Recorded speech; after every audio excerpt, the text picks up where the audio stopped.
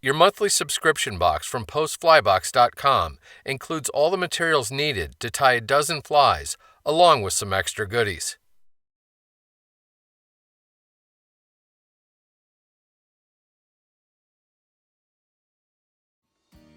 The flash monkey presents as a large baitfish pattern that, because of its flash and movement, warmwater predators like bass and pike simply can't resist.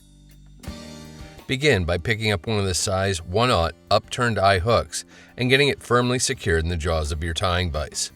Load a bobbin with a spool of black uni-thread. Get the thread started on the hook shank behind the eye and take a few wraps rearward before snipping off the excess tag. Take a few more wraps to ensure everything is snug.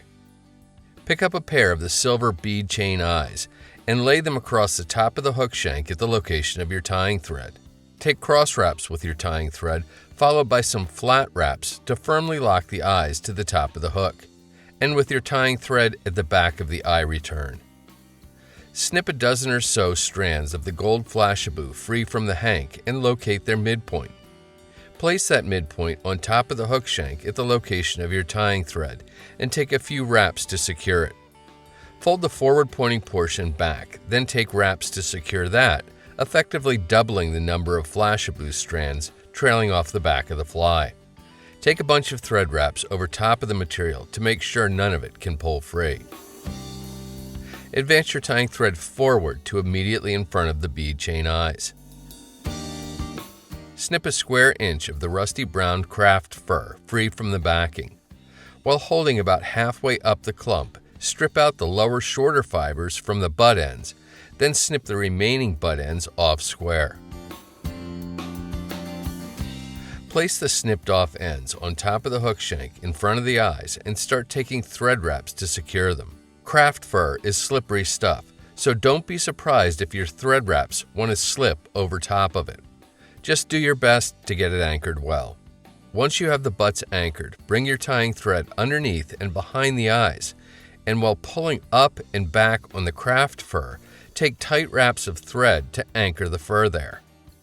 Keep wrapping rearward to form a good-sized thread collar about the same width as the diameter of the eyes.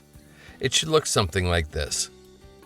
Reach for your superglue, or here fly tire Z-Ment, and apply an ample coat first behind the eyes, then on top of them, then to the thread wraps in front.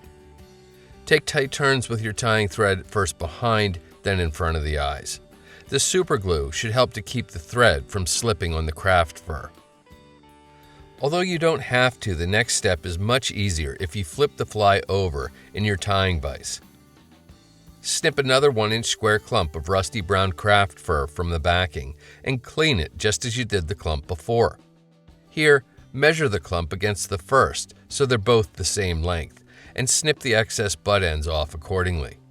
Place the butt ends in front of the eyes but behind the hook eye, and take wraps with your tying thread to secure it. Here you can see just how slippery the craft fur is. Keep at it and you'll eventually get it fairly well locked down. Once the fur is held in place, apply another ample drop of superglue to the thread wraps. Subsequent wraps shouldn't slip nearly as much and will help to permanently anchor the craft fur to the hook. Reach for your whip finish tool and use it to do a 5 or 6 turn back to front whip finish. Seat the knot well, then snip your tying thread free. Return the fly back to its normal position in the tying vise. Apply head cement, or here Sally Hansen hard as nails, to all the exposed thread wraps and the fur between the bead chain eyes. Once the adhesive sinks in and dries, the flash monkey is almost ready to fish. Use a black permanent marker to make evenly spaced vertical stripes on the body of the fly. Doing both sides in addition to the top and bottom is a good idea. The flash monkey in its final form should look something like this. Despite its fairly large profile, this fly casts remarkably well.